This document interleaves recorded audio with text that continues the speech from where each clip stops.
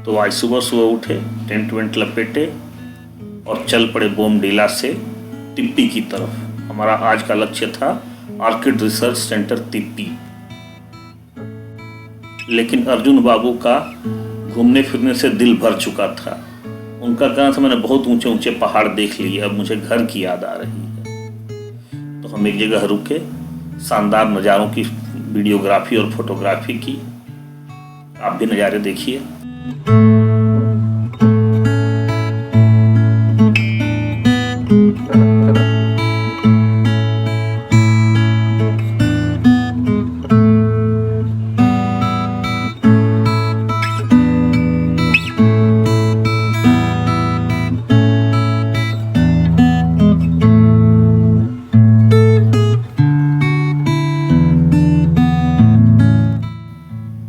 और इस छोटे से वीडियोग्राफी फोटोग्राफी सेशन के बाद हमने अर्जुन बाबू को एक सूमो में बैठा दिया जो कि गुवाहाटी जा रही थी, जहाँ से वो ट्रेन पकड़ के आगे की यात्रा कर सकते थे। अब यहाँ से आगे की यात्रा मुझे सिर्फ बेताल के साथ करनी थी।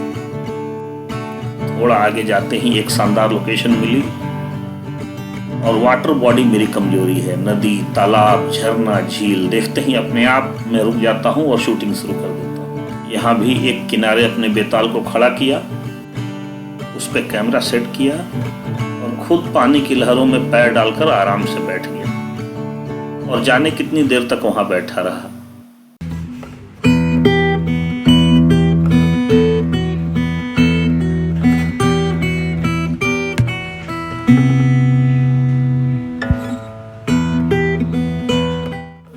नज़ारे तो यहाँ इतने सुंदर थे कि यहाँ से हिलने को भी दिल नहीं कर रहा था। शूट करके दिल ही नहीं भर रहा था। मैंने तो अपने शूट किए हुए वीडियोस का बहुत कम हिस्सा इस वीडियो में डाला है, लेकिन फिर भी बहुत अधिक हो गया।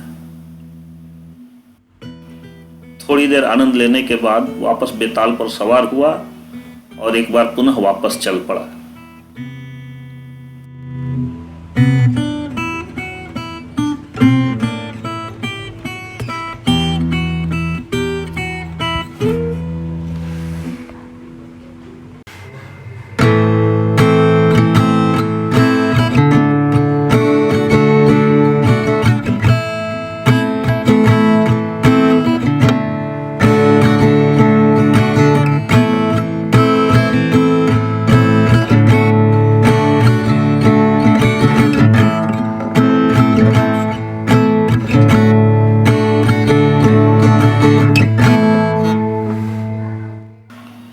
थोड़ा आगे जाने पर पता चला कि बीआरओ ने सड़क बंद कर रखी है क्योंकि आगे ब्लास्टिंग चल रही है। करीब 1 से 1.5 घंटे वहां पर वेट करना पड़ा और उस समय का सदुपयोग मैंने भोजन करने में किया।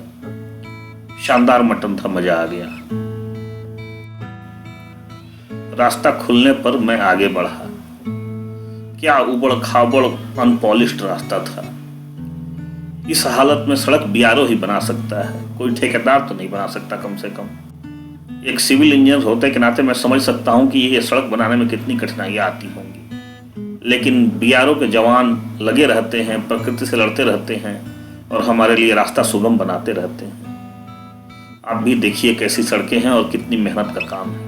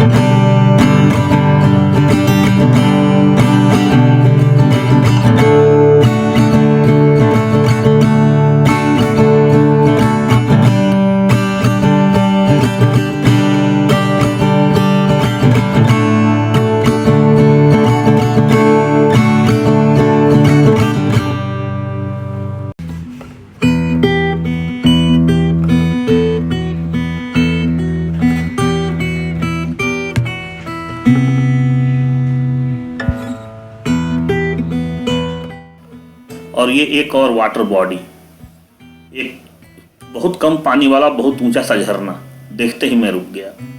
झरना तो देखते ही मेरा ट्राइपॉड और कैमरा अपने आप बाहर निकल आता है और फोटोग्राफी शुरू कर देता है। झरना काफ़ी ऊंचा था, लेकिन प्रकाश का कोण गलत था। इस वजह से उसके ऊपर वाले सिरे का फोटो लेने पर शैडो आ रही थी, इसलिए नीचे का ही फोटो या वीडियो बनाना पड़ा मुझे। लेकिन फिर भी झरना तो खूबसूरत था, इसमें कोई शक नहीं था।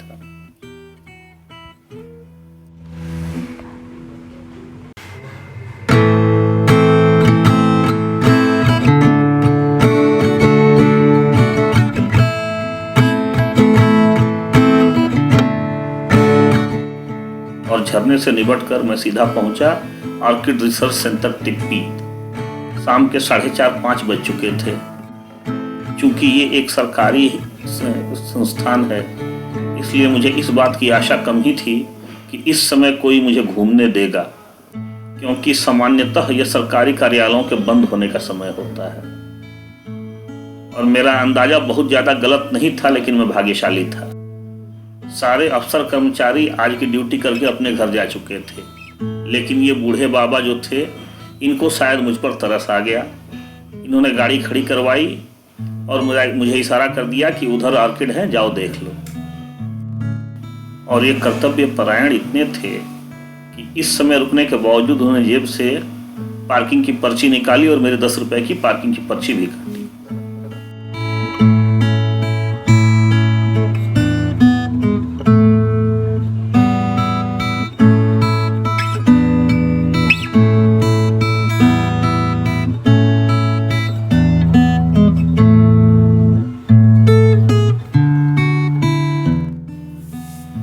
पर्ची कटवाई और चल पड़ा ऑर्किड के फूल देखने के लिए। और फूल तो एक से बढ़कर एक थे। मेरी पत्नी की विशेष फरमाइश थी कि लाल ऑर्किड के फूलों की फोटो जरूर खींचना। अब मुझे लाल पीला ज़्यादा समझ नहीं आया। मैंने जितने उपलब्ध फूल थे सभी की फोटो खींच ली कि कोई तो मेरी पत्नी को पसंद आएगा। आप भी नज़ारा करिए।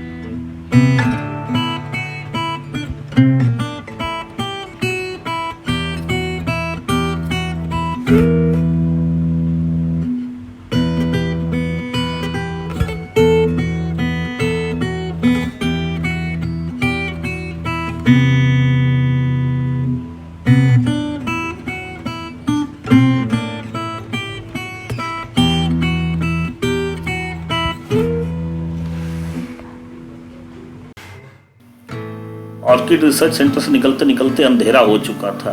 चारों तरफ बियाबान जंगल था।